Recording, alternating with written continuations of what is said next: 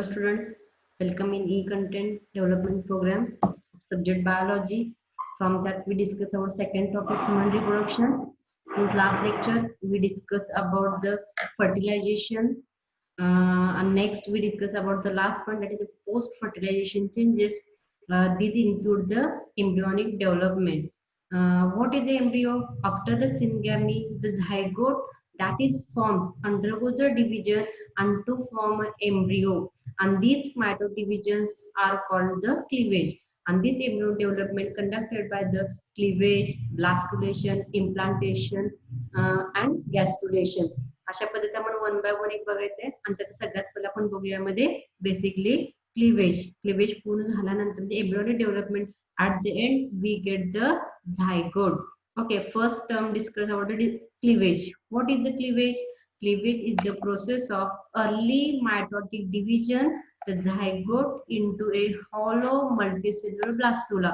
म्हणजेच काय आहे, तर झायगोटचं कन्व्हर्जन ब्लास्टोला मध्ये होणं, त्याच कंडिशनला काय म्हणलेलं तर क्लिवेज असं म्हणलेलं आहे. It is a rapid mitotic division of zygote to form a hollow spherical multicellular blastula. It converts the zygote first into mass of cells called as a morula. ह्या झायगोटचे कन्व्हर्जन मोरुला मध्ये होतं. कोणत्या स्टेजला? Cleavage मध्ये होणार आहे. Cleavage occurs during its passage through the fallopian tube to the uterus. म्हणजे fallopian ट्यूबच्या under या प्रोसेस ट्यूबच्या इथे ही प्रोसेस होणार आहे. In human being, the cleavage is holoblastic, equal and indeterminate. हे तीन शब्द खूप महत्त्वाचे आहेत. holoblastic, unequal and indeterminate. What is holoblastic? The whole zygote gets divided. holoblastic means whole zygote gets divided. दुसरा एक टाइप आहे क्लिवेजचा, तो म्हणजे कोणता? मेरोब्लास्टिक आहे. तो कोणामध्ये होतो? तर बर्ड्स मध्ये होतो. काय होतं मेरोब्लास्टिक मध्ये? It is a being incomplete cleavage as a result of the presence of an embedding mass of yolk material that is called as a meroblastic. लक्षात ठेवा, ह्युमन बीइंग मध्ये होतं ते कोणतं आहे? होलोब्लास्टिक आहे. There is a no growth phase between the cleavage. There is a no growth phase between the cleavage. The size of the blastomeres become progressively smaller. म्हणजे division होत राहिल्यामुळे ब्लास्टोमियरचा हा साईज ऑलवेज कसा असणार आहे? तर स्मॉल असणार, म्हणजे ग्रोथ होत नाही. म्हणजे असं नाही की ऑलवेज सेल हा कसा मोठा होणार नाहीये, तो कसा राहणार आहे? लहान आकारामध्ये. It shows replication of DNA and high consumption of a O2. आणि या प्रोसेस मध्ये रेप्लिकेशन ही प्रोसेस होते, आणि रेप्लिकेशन होत राहिल्यामुळे ऑक्सिजनचं रिक्वायरमेंट देखील कसं लागते? तर जास्त लागतं. So we discuss the process of cleavage. Process of cleavage. Process of cleavage is divided into 4 phases. First phase is called as a first cleavage. What happened in first cleavage? Vertical plane along animal pole and vegetal pole. जे पहिला हा cut होणार आहे, cleavage होणार आहे, जो animal pole आणि vegetal pole मध्ये उभ्या पद्धतीने होणार आहे, व्हर्टिकल प्लेन होणार आहे. त्यामुळे at the end you get the two blastomeres. बघा, यामध्ये हे पोलार बॉडी आहे, आणि त्याच्या आतमध्ये असणार सेलला काय म्हणायचं? ब्लास्टोमियर्स. जे पहिला क्लिवेजच्या थ्रू किती मिळाले? 2 blastomeres. In second cleavage, what happened? The vertical at the right angles to the first one. पहिल्याच डिव्हिजनला उभा कट असणार आहे, आणि त्यामुळे किती ब्लास्टोमियर्स तयार होणार आहे? 4 blastomeres. 4 blastomeres are formed after the 60 hours after the fertilization. Third cleavage. इथे बघा, यामध्ये काय होणार आहे? Horizontal division at right angles to the first two cleavage. Finally you have to get the 8 celled stage. इथे तुम्हाला 8 सेल्स तयार झालेले दिसतील, आणि लास्ट फोर्थ फेज मध्ये मोरुला तयार होणार आहे. Morula which is having 16 cell having outer layer of smaller clear cells and inner mass of larger cells. जे आउटर आहे ते स्मॉलर आहेत, आणि इनर आहे ते कोणतं? लार्जर इन सेल्स आहेत. म्हणजे at the end you have to get the morula which is having 16 cell stage. This reaches uterus about to 4 to 6 days after the fertilization. Fertilization झाल्यानंतर 4थ्या ते 6व्या दिवशी हा कुठे होणार आहे? युटरस मध्ये इम्प्लांट होणार आहे. कोणती एंड आहे? मोरुला. म्हणजे क्लिवेज म्हणजे काय? झायगोटचं कन्व्हर्जन मोरुला मध्ये होण्याच्या कंडिशनला काय म्हणलेलं आहे? क्लिवेज असं त्याला म्हणलेलं आहे. Next term, second, that is called as a blastulation. What is the blastulation? The process of formation of the hollow and multicellular blastocyst is formed from 16 to 32 cell stage of morula is called as a gas blastulation. What happened in blastulation? Blastocyst now reaches uterus and starts absorbing glycogen-rich uterine milk milk. The trophoblast cells become flat and cavity called blastocyst is formed. And the outer layer of cells in the morula now form the layer called as the trophoblast and inner cell is called as the embryoblast. इथे बघा काय झालेलं आहे, blastocyst मध्ये glycogen rich content absorb केल्यानंतर आतमध्ये कोणती cavity तयार होते, ब्लास्टोसिस्ट कॅव्हिटी, आणि त्यामध्ये आउटर आहे त्याला म्हणजे ट्रोपोब्लास्ट, इनर आहे त्याला काय म्हणायचं, एम्ब्रियोब्लास्ट. या डायग्राम मध्ये बघा, यामध्ये इथे ब्लास्टोसिल कॅव्हिटी आहे, आउटर ह्यामध्ये ट्रोपोब्लास्ट म्हणायचं आणि आतमध्ये ऑरेंज कलरचं आहे त्याला काय म्हणायचं, embryoblast. The trophoblast cells in contact with the embryonal law is called cells of Rauber. यामध्ये बेसिकली ह्यामध्ये ट्रोपोब्लास्ट सेलच्या कॉन्टॅक्ट मध्ये येणाऱ्या सेलला काय म्हणलं, cells of rubber. Blastocyst becomes fully developed by the end of the 7th day. 7व्या दिवशी हा totally हा मॅच्युअर झालेला आपल्याला ब्लास्टोसिस्ट मिळणार आहे. त्याच्यामध्ये दिस इज अर्ली ब्लास्टोसिस्ट आणि this is a late blastocyst. अशा पद्धतीने ब्लास्टुलेशनच्या एंडला जो मोरुल आहे ते converted to the blastocyst and this process called as the blastulation. Next, third, it is called as the implantation. What is the implantation?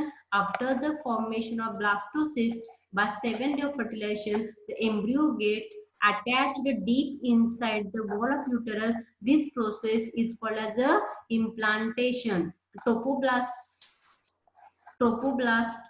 cells show two layers, inner cytotrophoblast and outer syncytotrophoblast. अशा पद्धतीने दोन layer आपल्याला तो दाखवतो. ह्या diagrammatic च्या through बघा तुम्ही, यामध्ये ही जी प्रोसेस आहे ती युटेरियन कॅव्हिटी मध्ये होत्या, ही आहे एंडोमेट्रियम मध्ये होते. इथे काय झाले बघा, एंडोमेट्रियल इपिथिलियम आहे, ब्लास्टोसील आहे, ब्लास्टोसील कॅव्हिटी आपल्या टोटल सेकंड स्टेज मध्ये तो वॉल मध्ये इनर आतमध्ये येणार आहे. इथे बघा सायटोट्रोपोब्लास्ट आणि सिनसायटोट्रोपोब्लास्ट, आणि तिसऱ्या स्टेज मध्ये टोटली हा एम्ब्रियो कुठे झायगोट जो आहे तो कुठे येणार आहे, एंडोमेट्रियम मध्ये मर्ज होणार आहे. फायनली काय होणार आहे त्यामध्ये, एंडोमेट्रियम मध्ये ब्लास्टोसील कॅव्हिटी. अशा पद्धतीमध्ये टोटली हा जो एम्ब्रियो आहे तो युटेरस मध्ये इम्प्लांट होणार आहे. This is the first stage, this is second stage, this is third phase आणि this is the fourth phase. अशा पद्धतीने इथे बघा की ह्या डायग्राम मध्ये ओव्हरी मधून जाऊन शेवटी इथं ह्या कंडिशनला तो एंडोमेट्रियम मध्ये काय होणार आहे, इम्प्लांट होणार आहे. आणि which is having the two layers. What is the function of the implantation? First, it protects the embryo. सगळ्यात महत्त्वाचे म्हणजे एम्ब्रियोला हा प्रोटेक्शन देणार आहे. आणि दुसरं म्हणजे it helps in deriving nourishment from the mother's body.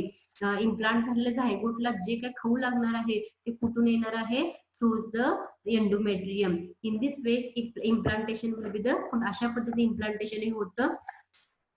Next, that is called as a gastrulation. Gastrulation म्हणजे काय आहे तर बघा, it is the formation of gastrula from the blastocyst. तयार झालेल्या ब्लास्टोसिस्ट पासून गॅस्ट्रुला तयार होण्याच्या प्रोसेसला काय म्हणलेलं आहे, गॅस्ट्रुलेशन असं म्हणलेलं आहे. It shows two important events. First is the differentiation of blastomeres आणि दुसरा आहे morphogenetic movement. Differentiation of blastomeres मध्ये काय होतं तर basically movement of cells reach their distinct area of differentiation is called as the differentiation of a blastomeres. and second, morphogenetic मध्ये काय होतं तर बेसिकली यामध्ये 3 लेयर्स हे फॉर्म होणं. अशा पद्धतीने आपल्याला 2 टाइप्स यामध्ये गॅस्ट्रोल कसं होते बघायचं आहे. इथे बघा झायगोट आहे, they undergo the cleavage to form a 16 cell structure blastula, then cross section of blastula, and then basically gastrulation will be the occur, and finally you have to get the 3 layers, ectoderm, mesoderm and endoderm, which is having the germ layers. and then blastopore and the blastocele. तर basically यामध्ये बघत असताना आपल्याला ह्याची process in detail मध्ये बघायचंय काय होतं. तर बेसिकली यामध्ये gastrulation begins in the embryoblast cells on about 18 days after fertilization.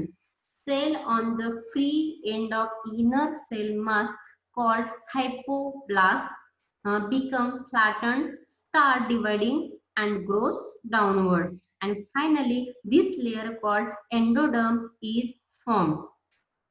अशा पद्धतीने एंडोडर्म हा तयार होणार आहे. एंडोडर्म तयार झाल्यानंतर जो नेक्स्ट तयार होतो आणि तो कोणता आहे यामध्ये basically ectoderm. and this ectoderm divide in ectoderm epiblast divide and redivide and move in a such a way that to form a amniotic cavity. आणि ज्या आतमध्ये काय होणार आहे amniotic cavity ही तयार होणार आहे.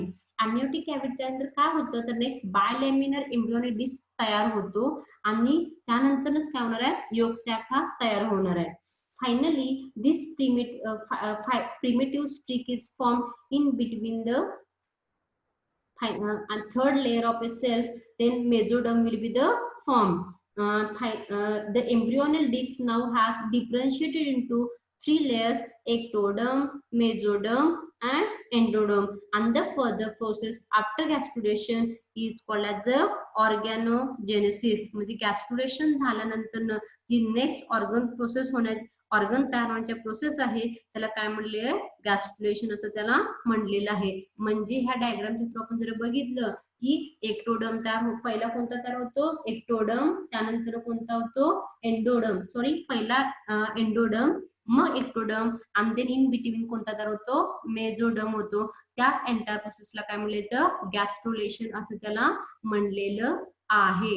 आणि ही सिक्वेन्स मात्र गॅस्ट्रुलेशन आणि इम्प्लांटेशन ही प्रोसेस सायमल्टेनियसली होते आणि ह्या काही सिक्वेन्स आपण सांगितल्या सिक्वेन्स त्याच्यामध्ये होणार आहे. नेक्स्ट दॅट इज द फेट ऑफ जर्मिनल लेयर्स. म्हणजे तयार झालेला जो एम्ब्रिओ आहे त्याचे 3 लेयर्स असतात आणि ते 3 लेयर कोणते कोणते ऑर्गन्स तयार करतात ते आपण इथे बघूया. त्यालाच म्हणलं फेट of germinal layers. Next first layer आहे तो म्हणजे कोणता आहे एक्टोडर्म. तो काय काय तयार करतो epidermis of the skin, hair, nails, sweat glands, cornea, lens, retina, conjunctiva, nasal epithelium, adrenal medulla, anterior and posterior pituitary, pineal gland, entire nervous system. म्हणजे नर्वस सिस्टम हा कुठला ओरिजिन आहे ectodermal in origin. Next mesoderm. नावाप्रमाणेच all types of muscles, connective tissue, dermis of skin, adrenal cortex, heart, blood vessels, lymphatic vessels, then middle ear, urinary and reproductive ducts, gonads, and kidneys. All these are mesodermal in origin. And third, that one is endoderm. Endoderm develops into epithelium of the midgut, glands of stomach and intestine, tongue, tonsils. Next, lungs, trachea, bronchi, larynx, and then urinary bladder and vagina. And also they produce the most important liver, pancreas, thyroid gland, parathyroid gland, thymus gland. हे सगळे खूप महत्वाचे आहे. हे इथे काय particular मी दाखवलेलं आहे. तर ऑलवेज एमसीक्यू मध्ये जर्मिनल लेअर वाईज क्वेश्चन विचारत हा ऑर्गन कुठला ओरिजिन आहे, हे ऑर्गन कोणतं ओरिजिन आहे, त्यासाठी हा टेबल खूप महत्वाचा आहे. Ectoderm, mesoderm, and endoderm. In this way, at the end of gastrulation, we have to get the 3 germinal layers. म्हणजे इथे काय होणार आहे एम्ब्रिओ होणार. अशा पद्धतीनं embryo development conducted by the basically cleavage, then blastulation, implantation, and which one gastrulation. We will discuss the next point that is important. After that term is called as a pregnancy. म्हणजे zygote जर त्याच्यामध्ये implant झाला तर होणार जी process आहे ती कोणती आहे pregnancy. What is the pregnancy? It is the condition of developing fetus in the uterus is called as a pregnancy, or it is also called as a gestation. The gestation period is about 280 days. 280 दिवसाचा span असतो. पण डॉक्टरांच्या term मध्ये हा 35 वीकचा असतो. त्यांच्यामध्ये weekly counting असतं. Next, this pregnancy is divided into 3 trimesters. Now, तीन monthचे 3 lots असतात. First trimester, second trimester, and third trimester. What happened in the first trimester? It is the main period of organogenesis and the development of the body organs. पहिल्या span पहिल्या month मध्ये foetus मध्ये heart development होतं आणि त्यानंतर त्यांच्यामध्ये fully growth होतो म्हणजे ऑर्गॅनायझेसिस स्टार्ट होतो. At 8 weeks, all the major structure of the adult are present in the rudimentary form, and the embryo is called as the fetus, and it is only 5 centimeter long. Basically, ह्यामध्ये high levels of progesterone initiate changes in her reproductive system, and the maternal part of placenta growth, and the uterus becomes larger, and ovulation menstrual cycle stops. त्याच्यामध्ये आईमध्ये पण जिजेस होतात तर basically menstrual cycle stop होतो आणि ovulation process देखील तर stop झालेलं असतं. This is called as a first trimester. त्यानंतर सेकंड ट्रायमिस्टर मध्ये काय होतं, which is having from 13 to 26 week. The uterus grows enough for the pregnancy to become obvious. ते बेसिकली यामध्ये टोटली यामध्ये प्रेग्नन्सी मेंटेन झालेलं हे फर्स्ट मध्ये दिसतं. The fetus is very active and grows to about 30 centimeter long.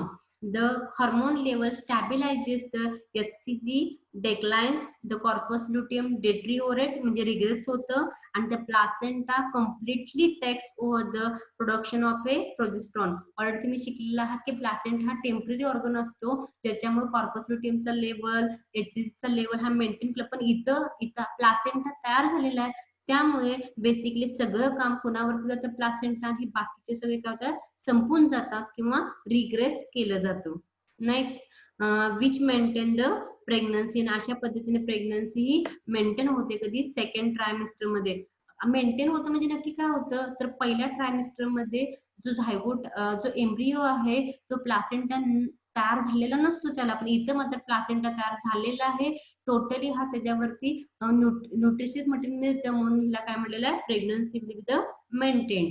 And third is called third trimester means which is having from 27th week till to the parturition. त्यामुळे प्रत्येकाचा span हा वेगळा असू शकतो. The fetus grows to about 3 to 4 kg in weight and 50 centimeter in length. इथे automatically fetusचा वजन हा वाढलेला असतो. As the fetus grows, the uterus expands around it. Like mother's abdominal organs become compressed and displaced. आईच्या automatically यामध्ये बाकीचे organs internal organs compress होतात आणि डिस्प्लेस होतात, leading to the frequent urination, digestive blockages and strain in the back muscles. आणि असे सगळे symptoms आईमध्ये दिसायला लागतात आणि at the 9 month completed and they start the next process that is the parturition. This will be discussed in the next lecture. मला एक term सांगायचं आहे, एक्टोपिक प्रेग्नन्सी म्हणजे काय. तसे प्रेग्नन्सीचे भरपूर प्रकार आहेत पण आपल्याला इथे मात्र एक्टोपिक प्रेग्नन्सी म्हणजे काय बघायचं आहे. काय होतं त्याला मराठीत अस्थायी गर्भधारणा म्हणतात. काय होतं the pregnancy in which the fertilized egg implant outside the uterus. Normally तुम्ही शिकलेला आहात की युटरस मध्ये प्रेग्नन्सी मेंटेन होते, पण काहींच्या मध्ये तिथं न होता ओव्हिडक्टच्या न होता दुसऱ्या ठिकाणी कुठेही होतं त्याला काय म्हणलेलं आहे ectopic pregnancy. The fertilized egg can not survive outside the uterus. आणि तो तयार झाला अजिबात तिथे तो सर्वाइव्ह होऊ शकत नाही आणि it left to grow it आणि it may damage near by organs आणि cause life threatening loss of the blood. आणि अशामुळे हा आईला देखील धोका असतो आणि ह्याच्यामध्ये वेगवेगळ्या कंडिशन कधी ओव्हिडक्ट मध्ये होईल, कधी युटरस मध्ये होईल किंवा ओव्हरी आणि एगच्या बाहेरची कंडिशन आहे abdominal cavity मध्ये कधी कधी फर्टिलायझेशन होईल आणि this condition will be avoided or this condition called ectopic. आणि ह्याच्यामुळे काय होतं आईला हा धोका असू शकतो आणि this is not good for their health. So pregnancy is conducted by the basically these three trimesters, first, second, third. Okay, next we'll be discussing the next lecture that is the placenta and parturition.